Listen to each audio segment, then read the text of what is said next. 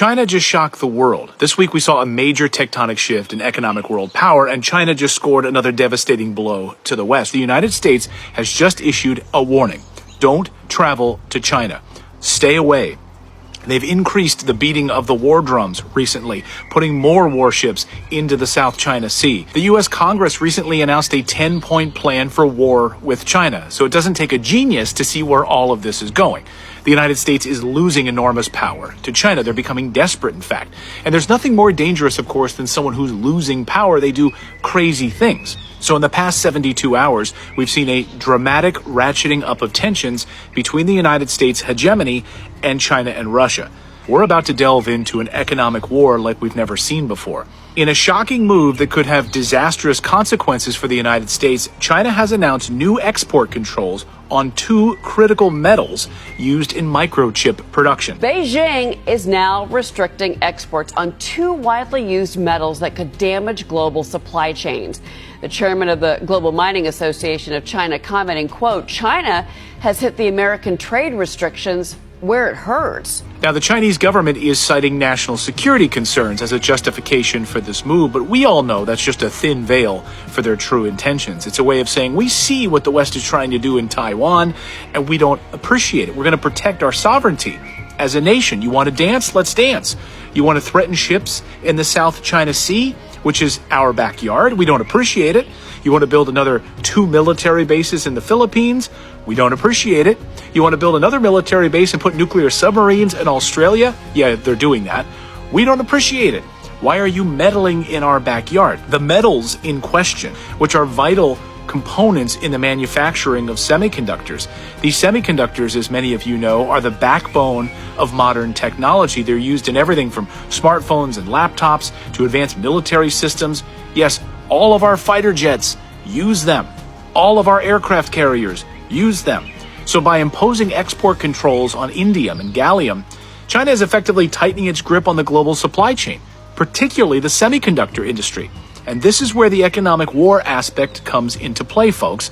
This move by China is calculated. It's a calculated maneuver to gain even more control over a sector that the United States has long dominated. Not anymore.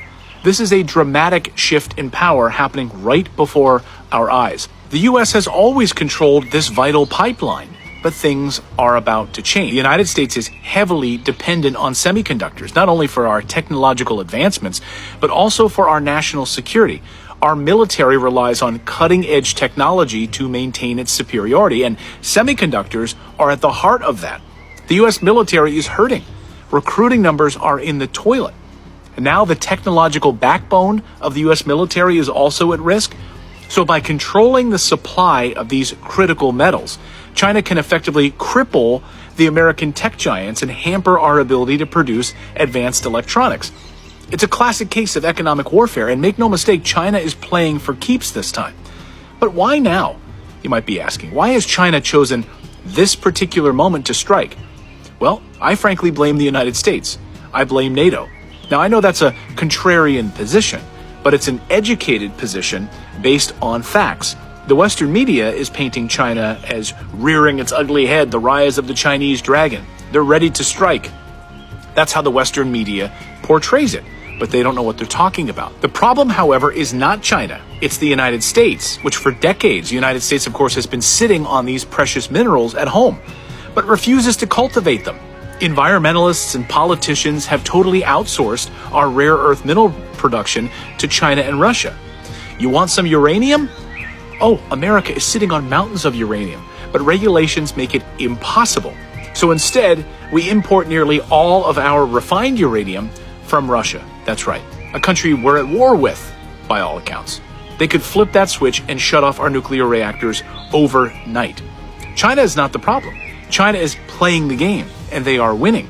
They know that America is ratcheting up its war rhetoric against them, threatening to bomb Taiwan's largest chip manufacturer, Taiwan Semiconductor. Yes, a member of Congress admitted their plan. Just making it very clear to the Chinese that if you invade Taiwan, we're going to blow up TSMC. I just throw that out not because that's necessarily the best strategy, but because it's an example of debate that's out there. And of course, the Taiwanese really don't like this idea. So China is being smart, saying, okay then, You're planning to attack us? We'll make it harder for you to get the minerals you need to build your microchips that power your fighter jets. It's no secret that the United States has been facing a semiconductor shortage in recent years. This shortage has had a ripple effect throughout various industries, from automotive to consumer electronics. China sees this vulnerability as in exploiting it to its advantage. And to add insult to injury, China has been aggressively investing in its own domestic semiconductor industry, pouring billions of dollars into research and development. The United States, however, has been sending billions to Ukraine, so what do you think is a better spend of money? China has invested trillions in a Belt and Road initiative to connect Asia and the Middle East with new roads and high-speed rail systems. They are determined to become the global leader in this crucial field, and they're willing to do whatever it takes to get there. The United States, however, is not spending a dime on infrastructure or mineral exploration. Just look around. It's not China's fault. It's the United States' own fault. Look in the mirror. Stop blaming China for your problems. Stop trying to create a boogeyman of a country that has nothing to do with your own failed policies.